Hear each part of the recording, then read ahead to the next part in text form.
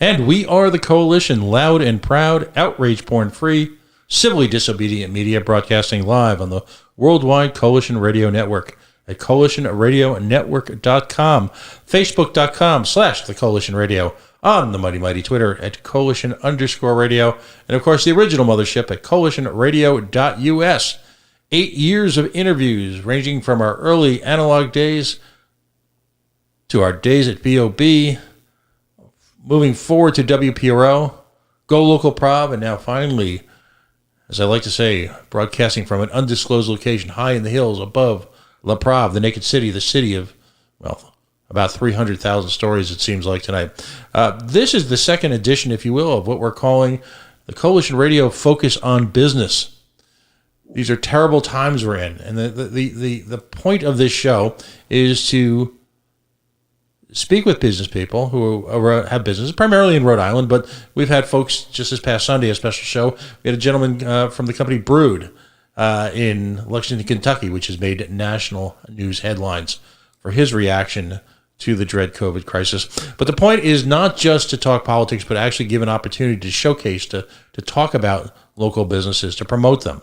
Tonight, we're probably going to emphasize a little bit more of the political, given the nature of this, but our host, and as your host, I promise to actually bring these folks on again. So particularly, hopefully in the coming weeks when we can start to get outside again and go visit businesses, I'd love to do a remote from his facility, because from what I've heard, it is already put itself atop the heap, if you will, not just politically, but in terms of resources here in Rhode Island's health club and fitness club scene. I'm talking about, of course, you've heard him all over Rhode Island media. He's made the headlines. I'm talking about Matt D'Amico. He is the managing partner of the Maxx Fitness Clubzz. Matt, listen, I know it's been a crazy week. You've got a business to try and run, despite the best efforts, it would seem, some days of folks who are allegedly here to support us. But thank you for joining us tonight. Oh, Pat, thanks for having me. It's great to be with you guys. Let's talk about the business for a few minutes, because that's important in terms of our desire to promote your business to our fellow Rhode Islanders. My mantra for the coming months is that we need to support each other. We can no longer wait for other people to rescue us, to bail us out, to do whatever it is they're promising to do. Rhode Islanders are a hardy breed. We're our own little tribe, regardless of what are almost irrelevant, what are ethnic background, religious background. We are Rhode Islanders, and there's a special pride to saying that. It's kind of a tough guy thing. It's so we need to support each other. So let's talk about your business. First of all, you are the managing director. You are the franchisor to a burgeoning business growing in the healthcare, not healthcare, I should say the fitness space. Tell us about, number one, how you got involved, your decision to set up a national, what's becoming a national footprint, and where you've already established locations. Sure. So I've been in this industry for 30 years, dating back to when I was a young man. I'm not going to bore you with the details, but we got into we started in Connecticut, and I had an operation in Connecticut for 19 years. As a matter of fact, I became a minority owner of my existing clubs in Connecticut to Planet Fitness. And so I was a Planet Fitness owner for a while before I started working on building the Maxx Fitness Clubzz, which has been around for 10 years. And, my first flag was in Rhode Island. My first Maxx Fitness Club was in Providence, Rhode Island. And then we built out, Lincoln and Warren, and then Rhode Island's been a great state for us. We've enjoyed our time there. These times are very, very unfortunate, not just for us, but for a lot of small businesses. But it's Rhode Island, to listen to your intro, has been great for us. Really good. Mm-hmm. Great people. No, really are. I mean, it's the sheer force of will sometimes that Rhode Islanders exhibit in order to what's the military term, adapt, improvise, and overcome, is astonishing. The fact that so many businesses have thrived here, despite again the best efforts of some, is testament to that Rhode Island spirit. Now, we've seen clubs evolve. I mean, I'm old enough to remember, was it Jack Lalanne or whatever, the back in the day. What is the state? Let's say briefly pre-COVID and now with COVID. What was the state of the fitness club industry? And what type of features have become important? What are customers looking for? And now, then let's segue into what kind of the fine mess we find ourselves in right now. So pre-COVID, as I like to talk about it, the fitness industry was really strong and thriving and growing. And it had high energy, very powerful industry. It was just a great time. I mean, 19 was a great year, 18 was a great year, and 2020 started off as an outstanding year. The difference, the industry, from what you mentioned, Jack Lalanne, obviously has changed over the 40 some odd years. But, what we are is a high energy, high volume, low cost health club with a lot of amenities that you wouldn't find in some other low cost models. It's very, very important we create a great member experience for our people. When you walk into a Maxx, you'll find again, energy. Energy is the number one word I can talk about in our clubs. They're very bright, they're very spacious, very clean. They have the amenities we're talking about. They have, we build movie theaters in our clubs. We have spin rooms. We have group exercise rooms. We have huge indoor turf area for personalized services, personalized training, things of that nature. Things of that nature. I mean, it's 50 to 70 pieces of cardio. We have everything for everyone in our facilities. I mean, we really built it for everyone, and that's what we try to maintain. That's what we try to keep doing. What type of square footage is your average club? I mean, it's just in terms of just sheer raw space. We go anywhere. Our footprints are anywhere from 25 to 33,000 square feet. They're monsters. Wow. Yeah. And by definition, you're finding yourself, by definition, then you're going into a higher level retail platform, whether it be a Lincoln Mall, or is that your typical destination, if you will, a high volume, higher grade mall? Yeah. So what we look for, actually, we look for most of our centers. We're either the anchor or the junior anchor in the center, meaning you'll find a grocer in there and then us, or some, like in Pennsylvania, will be the anchor, and then there'll be 6 or 7 other stores. Malls are not really, what we look for. We do look for, high density, high traffic, high volume of people, high daytime traffic. We look for all those analytics when we're building a unit. We want to give it the best chance to succeed. And obviously, in the high volume, low cost model, density is key. Density is very, very key. Define density so just folks get an understanding. And by the way, the reason why I'm going down this path, I really want folks to walk away with a sense of how great your product is, but I also want folks to walk away with a sense of how complicated this is. This is not, you and I are probably old enough to remember the movies when Judy, let's do a show, and then all of a sudden, the chorus line would come out and the fireworks would go off. It's not that easy, is it? No, it's as anything else, any other small business, medium-sized business, they're very, very difficult to do, without question. So, when we talk about density, we're talking about people, the amount of people that are, drive-by traffic, daytime traffic, people that are in the within a 3 to 5 mile ring of those areas that we're going to open. We look for we have our certain analytic formulas that will determine if we make that a successful location or not. And again, when you're doing high volume means you need a lot of members. You need thousands and thousands and thousands of members, because we are very, very affordable. You can join our clubs for as little as $10 a month, quite frankly. And so when you're charging, numbers like that, you're going to need to make up, the math that makes the space work. You need a lot of people. And we've been pretty successful in picking very, very as great locations. What I would call, Rhode Island, we have some AAA locations. I mean, the Lincoln Mall is outstanding. Medicom Ave in Warren is another great center, anchored by Ocean State Job Lot, and we're on the other corner. Just really, really, it's important. And the biggest component nobody ever thinks about for us is parking is our number one concern. We got to be able to park a lot of cars because, we do need to have people get in and out, and ease of accessibility to get in and out of the unit is very, very key for us. Right. And I might add, I've actually driven through both of your facilities. You're also parking in brightly lit, secure, spacious, safe environments so that so that for folks who may or may not feel comfortable in that type of location, particularly, early in the morning or later at night, it's almost like you've got this spaceship like look. It's great. It's attractive, it's clean, and again, it's just a very safe, welcoming environment. And that's particularly in the area of health, in fitness, because so many of these places are so judgmental. So many of these places are, basically barbells and boxing. That's about it. You've really moved beyond that. What type of equipment is part of the new millennium healthcare / health / gym experience? Great question. So, we do have all the, free weights that you had mentioned previous. You want to come to a Maxx Fitness and work out on that type of equipment, we have that as well. But we have an array of selectorized and the new age, as we would say, fitness and selectorized strength equipment for everybody. It fits people's of all size, shapes, and ages.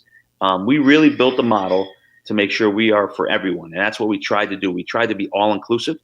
And I think we've done a great job because, if you want to come in and throw up some barbells that you had mentioned and some free weights, you can. Again, there are rules and everything to make it all comfortable and inviting for everybody. And as long as everybody follows the rules, we built an all-inclusive type membership and club for everybody to enjoy. And that's what we try to do. And the parking lot that you mentioned, when we keep those well lit and, you're very safe and secure, is critical because, we live in the Northeast and it does get dark during the winter and dark in the morning and all that stuff. So I want to make sure it's safe and comfortable for everybody to come to at all times. Absolutely. Talk about classes. What type of classes do you offer? So the classes, the group exercise classes and the cycling classes, we have changed over the years. They're just so dramatically different.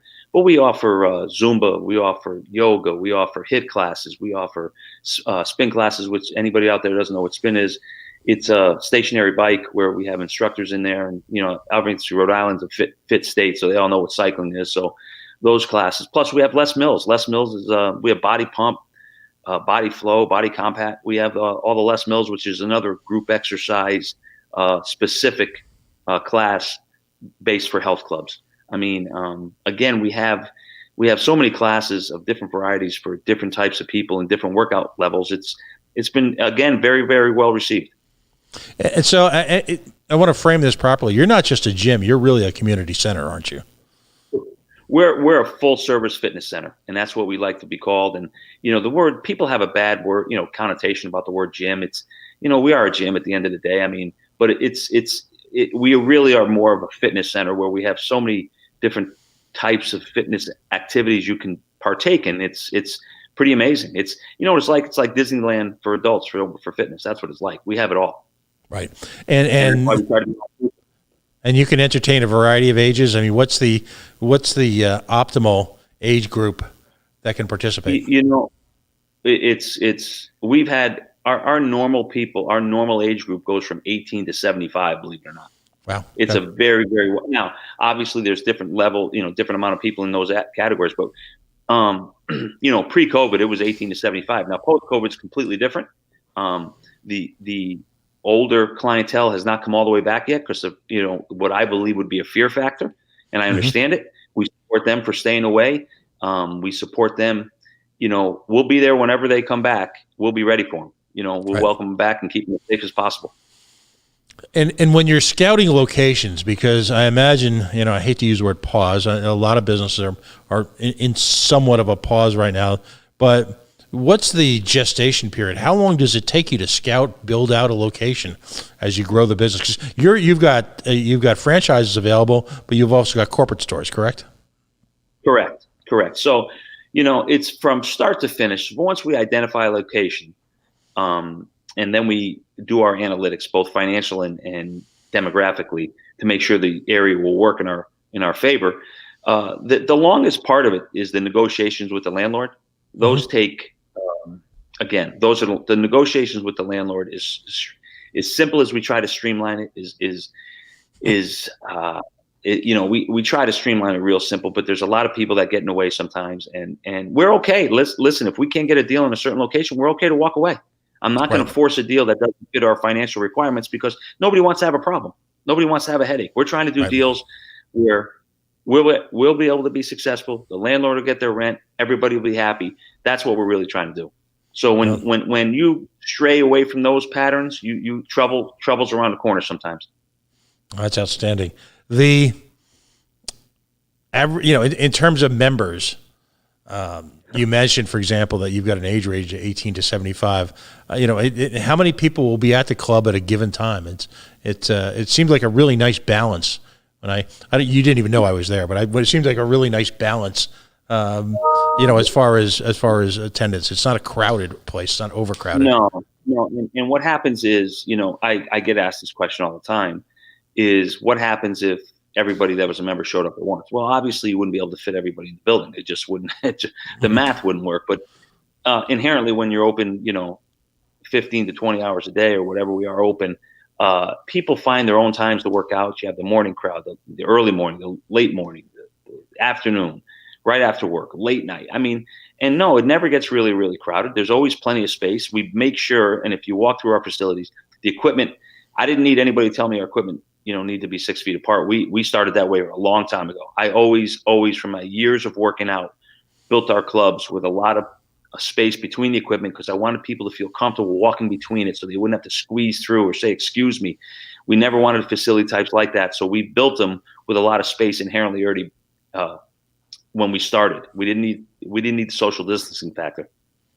And tell us about your staff, because you've got folks who are there casually to help, and you've got professional trainers as well, don't you? Yes, we have a management team. So every club is outfitted with a management team, meaning from a general manager to assistant manager, then to a fitness manager, which handles fitness managers over in our club oversee our personal training area. So there's 3 layers of management, and there's usually always a manager on duty. And then we have childcare, with the Group X, we have group exercise coordinators that are running that program. So we staff a lot of people, but again, in order to give people a great experience and to give them a comfortable environment, there's got to be people in there to help them do that. So that's part of the model. It's part of what we bake into the overhead. Now, you were clean before it was cool, weren't you? Talk about the attention to detail you have with regard to cleanliness, even before COVID. We were clean way before COVID, way before anything, because that's just my personality. We've always strived to keep those clubs clean at all times, at all costs. Now, anytime you walk in, and we have cleaning systems in place. We have staff cleaning systems in place. We have day staff that are hired just to clean the club. We have overnight cleaners. So we are clean before COVID. The COVID thing, we've taken it to a whole nother level.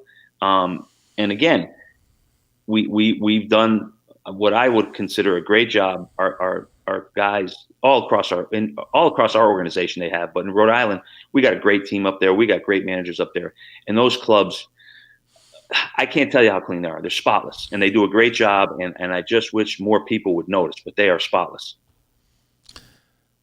Which left you in a lot of ways in an industry that's been challenged, to say the least, by the COVID, because we got to get into the COVID conversation a little bit.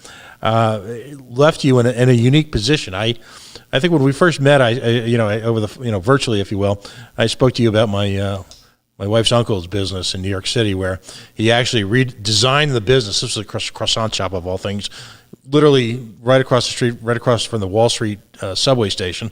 So we talk about volume, and he literally designed the shop so that it would be easier to clean, easier to maintain. He had submerged floors, if you will, so that he could literally just about flood the place with disinfectant every day. We're talking about one of the oldest parts of America, and you can imagine food preparation in that environment.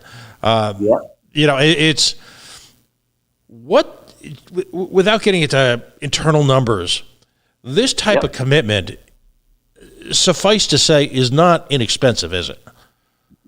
No, it's a large financial investment to make this work properly at the level we do it, plain and simple. It is just, the build out, you got to remember when you walk into those clubs, you have to envision, if you could, just close your eyes, and that was empty space. So everything you see there, we've created, we've built, we fit with fits and finishes, we finished. There's a lot of money that goes in. There's a tremendous amount of investment that goes in those clubs.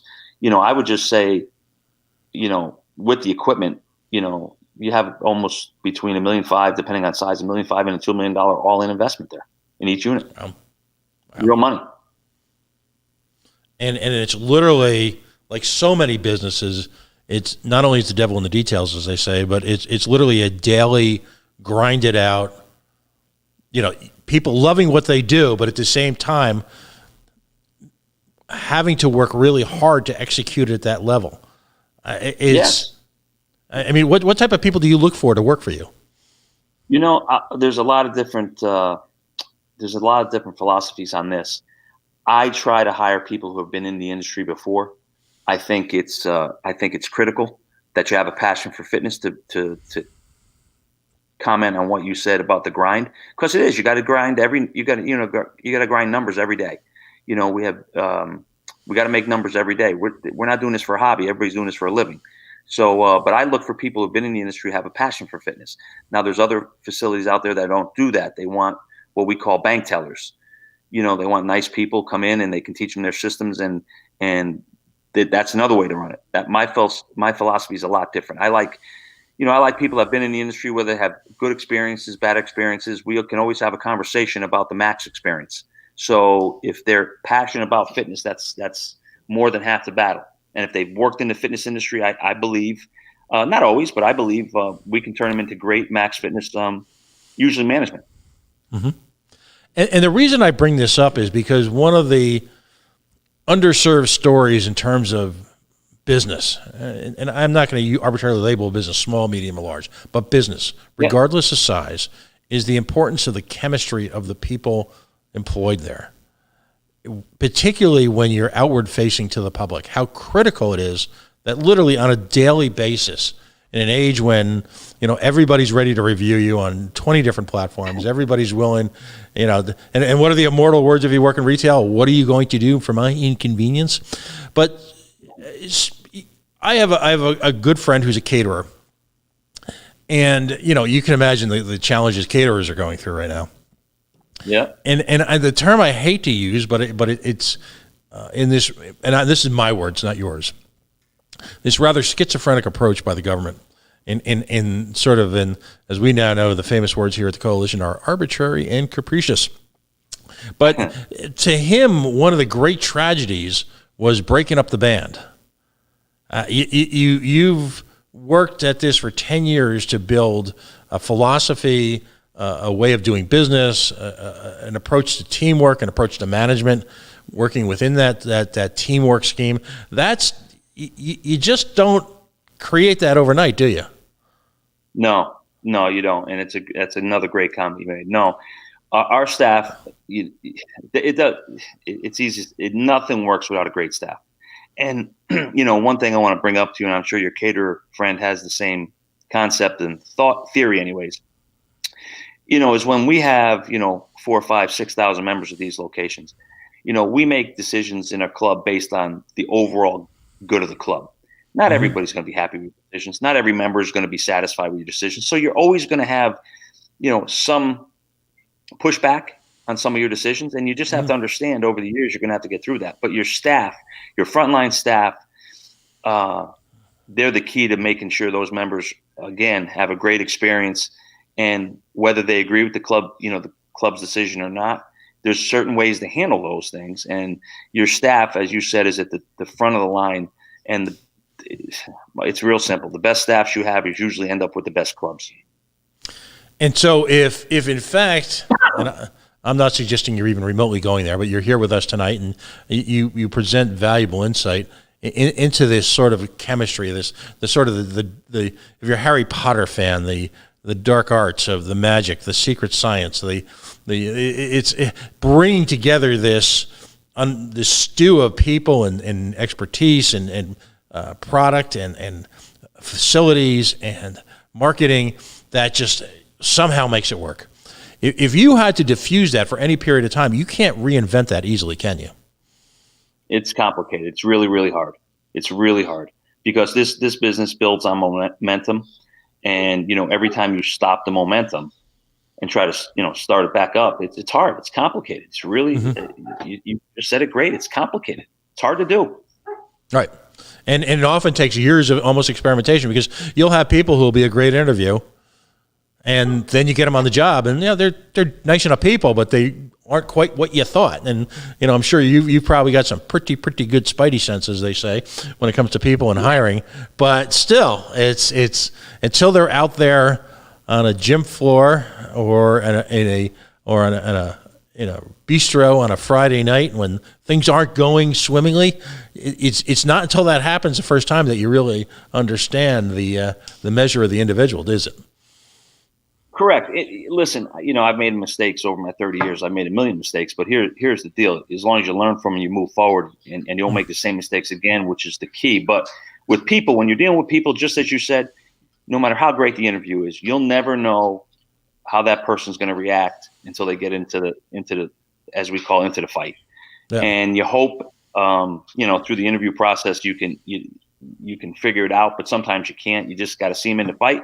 And listen, we're in the people business. At the end of the day, we are in the people business. And when I ask people, one of my first interview questions is, and talking about giving out secret sauce, do you know what the gym sells?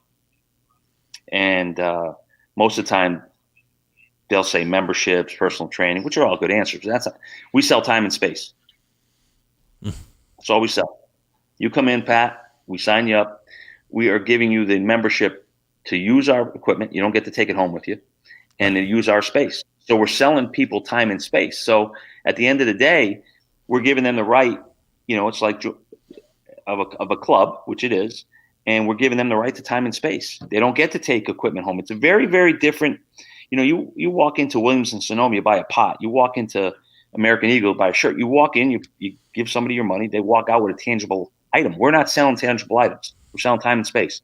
And I learned that a long time ago, and it's very, very critical on how you present that. And that's why you got to be into the mix a little bit to see how the person's going to react when people like Pat Ford give them pushback on certain things. Right. So I ask you all of this because if I could approach the bench, I would say what we've got here is we've got a situation where you've got potentially a $500,000 or $1 million physical investment. You've got a 5-figure square footage in terms of retail space. You've got employees who are in many of your positions require a high degree of training and or expertise and or management skills and or personality. You've got 5,000 to 6,000 members at some clubs, maybe more, maybe less at others. So along comes COVID. And and you've got this fine-tuned machine. And I'm not saying that to patronize you, because clearly, I have ties in the community, and I have a lot of friends in the East Bay, and I have a lot of folks I know. I live in Cumberland, so you ask, hey, well, what's up with this guy in this club? It's and the stories come out, and they're overwhelmingly positive. And the government decides that they are going to. They're going to take control. And I use the term schizophrenic early on. What have been some of the ups and downs of your ability to market/utilize for your members' sake your business? I mean, it's been a roller coaster ride, hasn't it? Oh, it's roller coaster's kind. I mean, if we just go back to March 16th when this started to happen, and we got the orders across the country, not just in Rhode Island, that we were going to shut down, it was hard, but it was easier to understand because as a country, as an American patriot, as a proud American citizen, nobody knew what we were dealing with, right? So it was like, okay, we got to shut down, figure out, get our hands around it. People, when it first came out, the death rate they're talking about 15, 20%. they didn't know a lot of things. So, listen, I was not just my industry, a lot of industries, we just shut it down. It was hard. I mean, because again, at the time, company wide, we have 250, 300 employees that got to get laid off. And, we got to shut our business down, and there's no revenue coming in because you can't bill people, obviously. And, it was hard. So now when you talk about the marketing to the members, we tried to be as informative as possible, but it's tough to be informative when you don't get in a lot of direction because you don't know what's happening. So, and nobody's fault, but you saw the same things I saw. The CDC would come out with, a statement on Monday. By the end of the week on Friday, it could change. The infectious disease experts would come out with a statement, one day, and then 10 days later it would change. So it was a moving target. But once we finally got the green light to go ahead to open up, we knew we were going to face challenges and obstacles. We just didn't know what they were because, quite frankly, unless you were alive in 1918, nobody ever had a global pandemic. There's no playbook for the global pandemic. Right. There's no playbook how you market to the global pandemic. So it's just hard. The whole thing's been really, really hard. We reached a point where things appeared to be at a steady state. So at a certain point, we could look back and we could say, okay, somehow we managed to survive this first round. But that didn't come without cost, did it? I mean, and the reason why I spent so much time building up a case, if you will, for the complexities of the industry, the business you work in, which have their own flavor, but in a very real way are no different than the complexities that other people face in other industries. There's a commonality there that's very important. So, yeah. What was the spiritual, and I'm not here to ask you your private numbers, but what was the spiritual and if you will, generically financial cost that came out of that first round? How far did that set you back? What was left as a result of that? Well, here's what happened. When we opened back up, over the first 90 days, I mean, we were off, and I've said this on national news, we were off 30 to 40 points across the board, across the company, just in revenues. And now people have to understand the expenses aren't going down. The expenses only actually went up because with the cleaning and sanitizing that we've introduced to our clubs, that came at another cost because we want to make sure the staff and the members are safe as possible. So we went to a different cleaning schedule, different cleaning products, we went to the plastic dividers up in Lincoln between the cardio equipment to be able to give members more cardio. We just did everything possible that we could to give to make sure we were following the protocols of the states and that we were making the members and staff as comfortable as possible. Because you got to remember, people want to work and they want to go back to employment, but there's got to be a fear there too. Whether they say they're not afraid or not, there's always a fear. And the members, everybody gets to make choices. So the members that came flocking back to the gyms, they made choices. They understood the risk, and they wanted to keep working out. So we couldn't thank those guys enough for supporting us. But I would say comfortable numbers of 30 to 40% off across the board. Was there at least some recovery period in between the two? In between these two intense,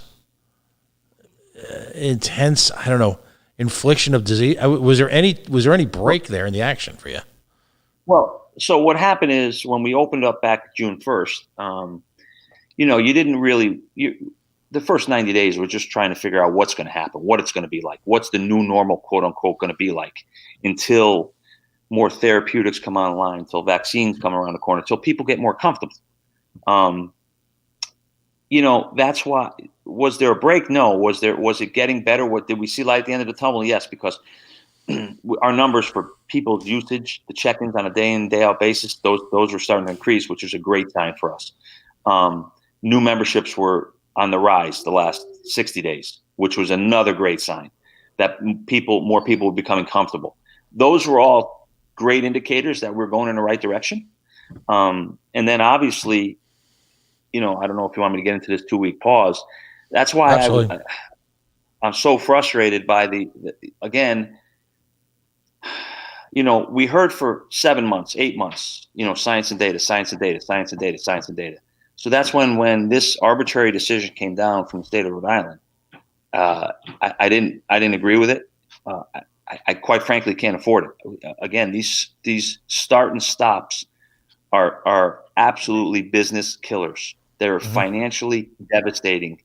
The impact is seen not just from the member, at the front desk. It goes all the way trickling through, to the legalities and financial personal obligations, which I spoke about at length last week, that people may not be aware of. But, again, the order, in my opinion, I'm going to scream it to the top of the hill, it's arbitrary. And you can't tell me. You can't, again, me and you have talked about this. You can't tell me people going into all those retail stores in the Lincoln Mall area are cleaner. They're doing contact tracing with their people like we are. They're taking temperatures. They're not. We all know they're not. Mm-hmm. So, and it's just, again, the problem is this 2 weeks, and now we're going to find out tomorrow, I assume, when the governor has her press conference, if it's going to end on Sunday, which, again, was another reason I decided to fight this, because I don't think it's going to end. Right. I think is it Thursday the press conferences are now? Right. It's become a blur. I just assumed last week was Wednesday. I just assumed they would keep it consistent, but it could be Thursday. I don't know. You point out the arbitrary nature of it. I know myself, I'm not going to call out any individual supermarkets, but I go to supermarkets and, I can pick through the vegetables the same way I always have. And I try not to now, just out of consideration for other people, but other people, you just have kind of morphed back into the regular behavior. I look at, quite frankly, the schools that we send our children to. And I'm not here to indict them, because I can tell that there's an awful lot of people who have taken this to heart and are working very hard. But let's talk about the science.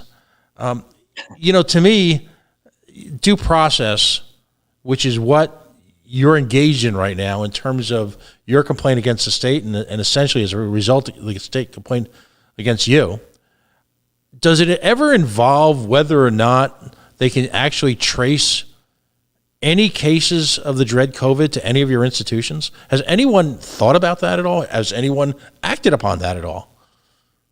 No, I mean, obviously, during the time we've been open, we've had members who have called us who have contacted COVID and then called the club, and then we'll do deep cleanings and everything, and that we do. I'm not going to, it's happened in everybody's business. I mean, right. But it's COVID's here. It's out there. People are going to get it. There's no denying it. It's a virus. People are going to get it. It's contagious. But we don't let anybody in the store with a temperature, without a temperature check. Mm-hmm. We ask them if they've, in our health screening, we ask them if they've been in contact with anybody knowingly, COVID, all that stuff.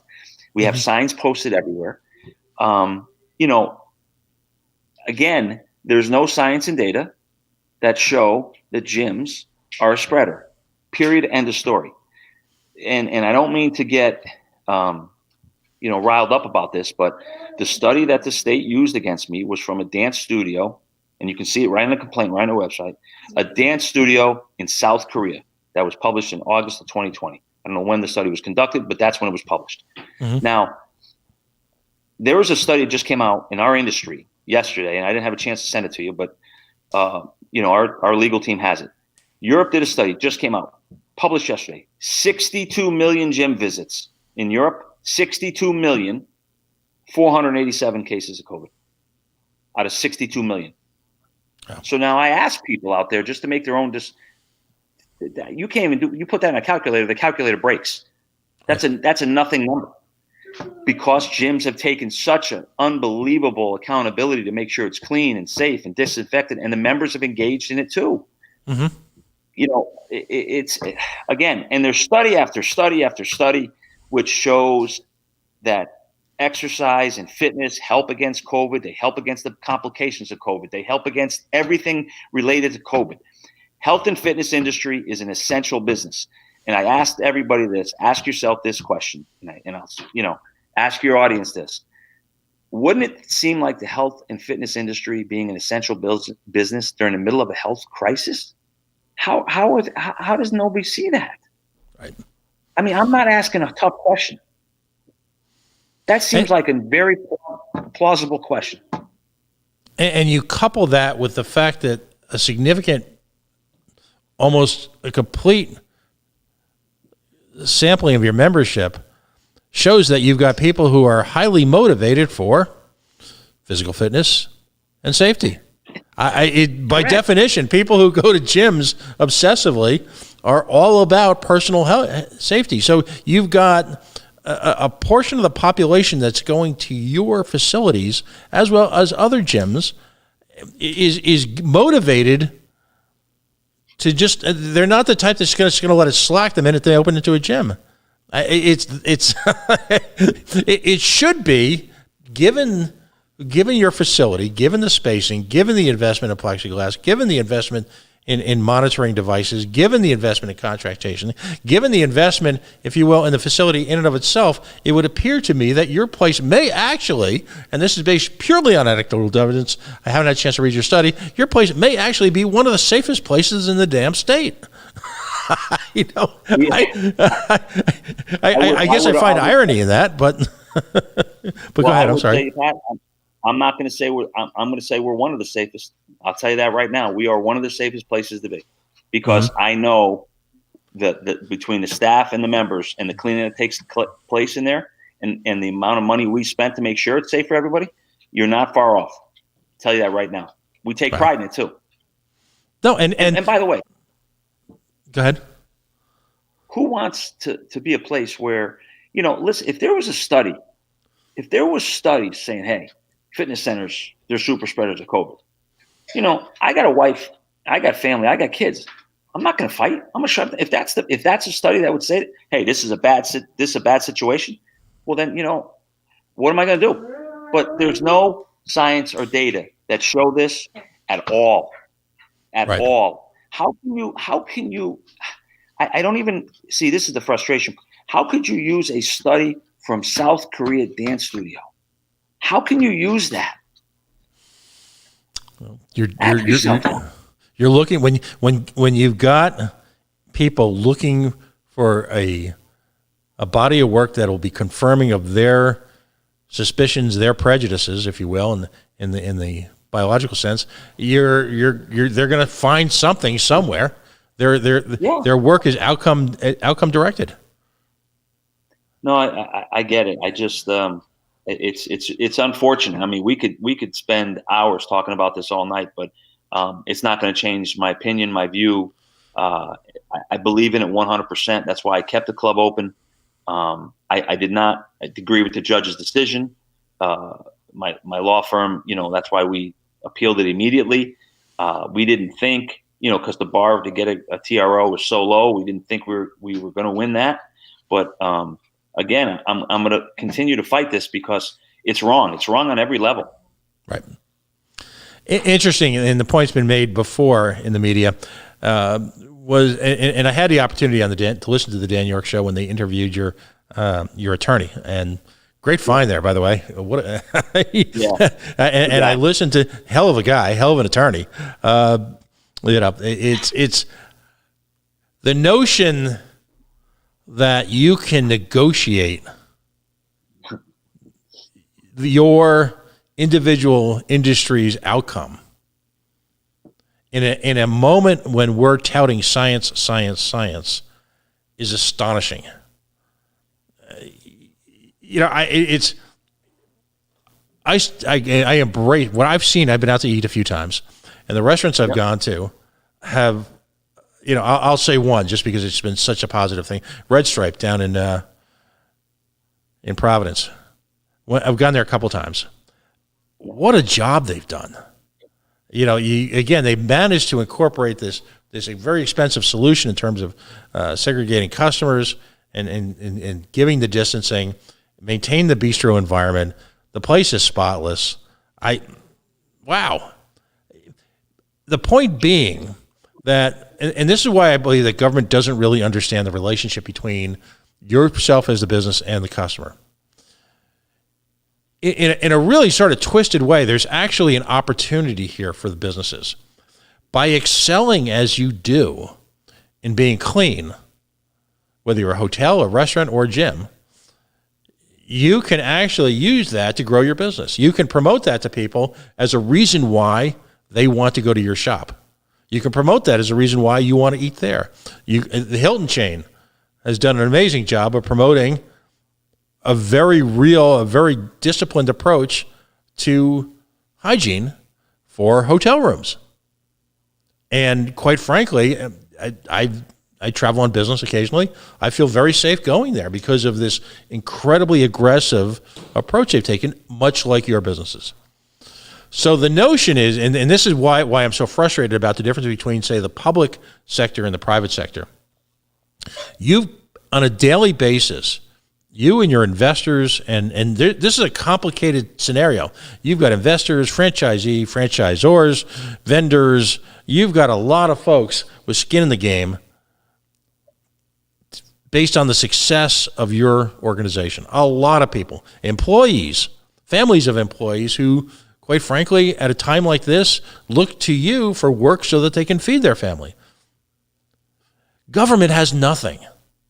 There's been no shared sacrifice in the state of Rhode Island, and I'm going to editorialize for a second. These are your words, not mine. Government has made no shared sacrifice. Yes, there's a lot of people who are working awfully hard, but when you look at the disproportionate high-income earners in Rhode Island State Government who are unrelated to any sort of first response to this disease, who continue to make a lot of money with little risk, while at the same time our private sector here is being decimated on a daily basis. When at the same time that private sector is what drives the revenue to support the public sector, there appears to me, and tell them if I'm full of it, a complete disconnect between government and private businesses like yourself in how you generate income, how you create wealth, how that wealth impacts people, and simultaneously how that creates opportunity for, seemingly in Rhode Island, endless opportunity for government to profit. Am I exaggerating? I don't know. You tell me. You've hit on great points, because at the end of the day, they have no idea. Well, I shouldn't say that. They are putting forth that they have no idea how small businesses work, because at the end, if you look at the Rhode Island, they got the Rhode Island money they're trying to give small businesses. If you look at their formulas and their calculations, they're absolutely they missed the mark. I mean, it's a bad formula. It's a bad, nobody really got behind that program and actually put pen to paper and looked at X amount of small businesses that would be affected, how many people, it would put out on unemployment. They didn't take this whole thing into it, because we've looked into the Rhode Island money that they're giving small businesses. It's like throwing a deck chair off of Queen Mary. Quite frankly, that's what it's like. It's a non-issue. The math doesn't work. And every business is wired differently. Every small business is wired differently. We all have different financial requirements. And unless you're going to do it on a case-by-case basis, which is very, very difficult to do, a blanket formula will never work. Right. And the only thing I can say is, now they have more people on unemployment. They've, temporarily paused small businesses out of business. And right. Who will not recover? Who it's going to take longer to recover? There's a lot of open-ended questions here. And at the end of the day, they say it's under, public safety. And again, I just believe people are allowed to make choices. Right. And if we're following the protocols that Rhode Island put in place, and they were working up until 2 weeks ago, what's wrong today? Now, I hear about hospitalizations, and I understand that, but why is that geared towards gyms? Why is that geared towards bars? I mean, it seems like it's a state problem, not a fitness center or a bar problem or an indoor rec park problem. And then the other thing I would ask you, Pat, is if it was such an issue, she announced it on November 18th, and she gave us 12 days to close. Well, how big an issue could it have been if she gave us 12 days to close? Again, there's so many questions I have. It just, again, it's why I did what I did. I mean, it's hard to wrap around rationalization of this when I don't think there's rationalization at all at play. No, it's you're essentially weaponizing government to wipe out a significant portion of the very private sector that feeds them. And the trouble is, as I mentioned to the governor, I call it my weekly date with Gina, I mentioned to her, as an aside, I said, and I could tell it, my choice of words did not go over well. I often refer to the Rhode Island economy as the last to lead and the first to bleed. And I have never had anyone be able to actually intelligently dispute that. We're the first in the minute the economy goes south, and we are the last out when there's any form of recovery. And usually there isn't enough gap in between those that whipsaw-like effect for us to gain any ground. If government sees itself now as the, if you will, the control agent for private sector enterprise, who in their right mind going forward would choose to invest in this state? I mean, you look at things with I've spoken to you a bunch of times right now, and this is a compliment. You are a numbers-driven analytical investor. There's, I'm the salesman personality who falls in love with something, right, and then goes after it. I don't doubt that you don't have that emotion towards your industry, but at the same time, you look at it through the prism of profitability and investment, as would any sane individual investing millions of dollars of either their money, their stockholders' money, or the bank's money. My fear is the permanent takeaway from this is that businesses looking to invest at any level in this state, unless they're getting the big check from Commerce Corp, and some of those checks are pretty big, why in the name of God would they come here? It's a great question. I would say this. I mean, if I wanted to answer that in a positive way, I said great people in Rhode Island. Right. Great people. The people of Rhode Island are great. Hindsight's 2020. Would I, at this point, we are so heavily invested in Rhode Island. I have to fight, and try to figure it out. To start again, knowing what I know now, I could tell you, I may make different decisions because these decisions they're making are financially crippling. And again, the personal financial obligations that there's only going to be, at the end of the day, two people required to pay these things back would be myself and my partner. And those numbers that we're talking, if this doesn't work, are astronomical. Right. And, I would just, I would ask people of that nature that question, if they've ever had to sign like that. Right. Because that's how these small businesses, and most small business people know what I'm talking about. Yep. No, you, every day it's either make history or be history, Correct. And again, and this is why when I refer to capitalism, I talk about capitalism as being the mechanism by which the individual can reach their full human potential. But implicit in that is risk. And the reason why, there's a lot of debate, well, I work at a business, I should share in the profits. Well, you don't share in the risk. All right. You just don't. Yes, there's risk involved if, you go to work for someplace and unfortunately goes out of business. But that's not the same type of risk where you're literally looking at life. You get to wake up and go find another job. That doesn't exist when you own the business. Right. You're 100% right. I mean, go ahead. What happens is in some of these businesses that take off, and we've had comments like that from employees. What happens when you get a business, all of a sudden, if you get a good store and it takes off, and there's, what happens is there's inherently no risk because people think, oh, it's flying. Look at but before the day you open your door, nobody knows if that's going to happen. Mm-hmm.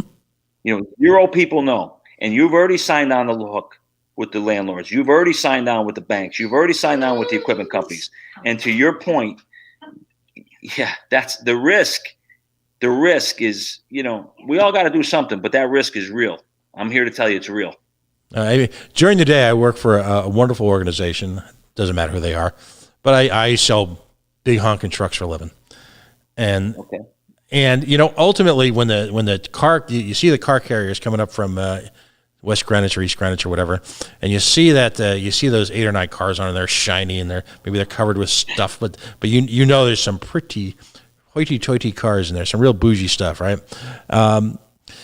What people don't understand is when the minute the guy signs for it, the guy who works in the rock and roll band, who works runs the lot, all right? The minute he signs for it, they own it. There's no backsies. Yeah. And I used to incredibly enough joke, and because the people I work for, they got stones. They like you, everything goes into their business. It's a multi-generational business, and they live it. And I used to incredibly enough joke to people. I said, you know what? I said, and I do. I admire the people I work for. And I've worked for myself, so I know I have the sense of what you're going through on a smaller level. But I used to joke that what would happen one day if all of a sudden something happened like a plague hit and nobody could come in and buy cars? Right, yeah. They still got the mortgage on the place. I don't know if they have a mortgage or not, but they still own the cars. They still got the taxes. I haven't seen the government sacrifice in terms of backing away at any level from taxation right now. Haven't seen that. Wouldn't be prudent. No. So it's all the risk accrues, and I don't want to give you any more agita than you probably got, but it all really comes down to you and your partner, doesn't it? It really, really, not pretends, not fakesies, there's no backsies. It's your ass that's on the line. Correct. You. 100% correct. That's it. When we always say when they turn out the lights, they're only going to come looking for two people. Yep. And those are, they're real debts. Now we're all big boys. We all signed on the dotted line. We knew we were getting into. We just, but I always say, but if I'm going to fail, let it be because of me, not because somebody's putting me out of business, not because somebody's telling me to shut my doors. See, that's not right, and that's not fair. And the biggest thing I have, if I can say one thing, is there's nobody out there, and I'm talking, forget the state government, at the federal government fighting for small businesses. We are the biggest lip service for all these congressmen and senators. You hear them mention small businesses all the time, but nobody's got our back. Now, this PPP program that they're trying to bring out they were trying to bring it out this week. Then I heard somebody say, well, we're going to wait till next week because, we can't. While they're waiting, people are going out of business. And this is not political. As we speak, they're waiting. Every day they wait, somebody's going out of business. Who's got our back? Right now, I can guarantee you somewhere in Rhode Island, there is a family at their kitchen table, even late at night, looking at the numbers. There's tears. There's agony.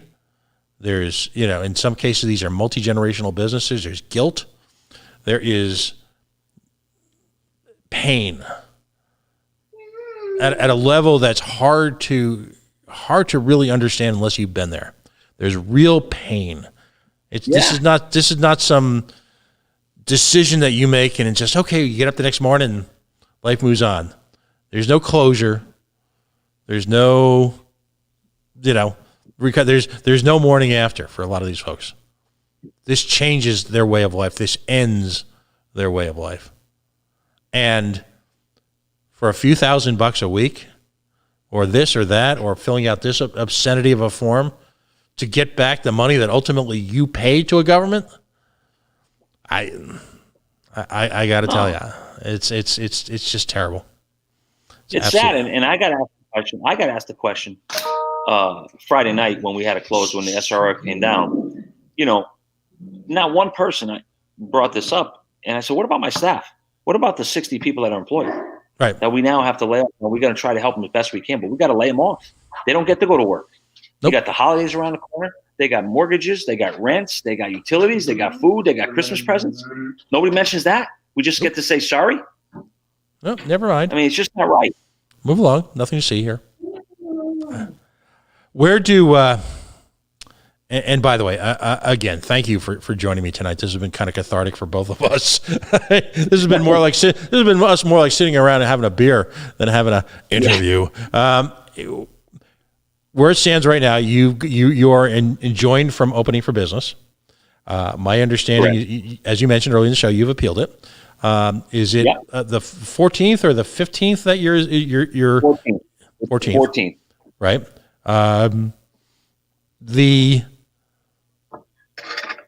I'm not gonna put you on the spot and ask what happens next. I mean, it's to a certain degree, it is what it is, and ironically, it comes your court date comes at what appears to be the end of the proclaimed pause. Who knows what the pause will really be?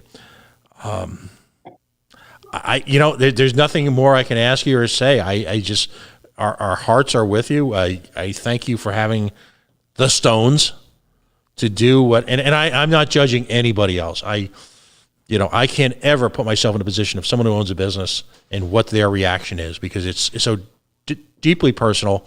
It's so individualized based on the circumstances that they operate their business on. I will not sit in judgment of anyone who routinely makes payroll and routinely generates wealth that an entire community prospers from. And that needs to be emphasized.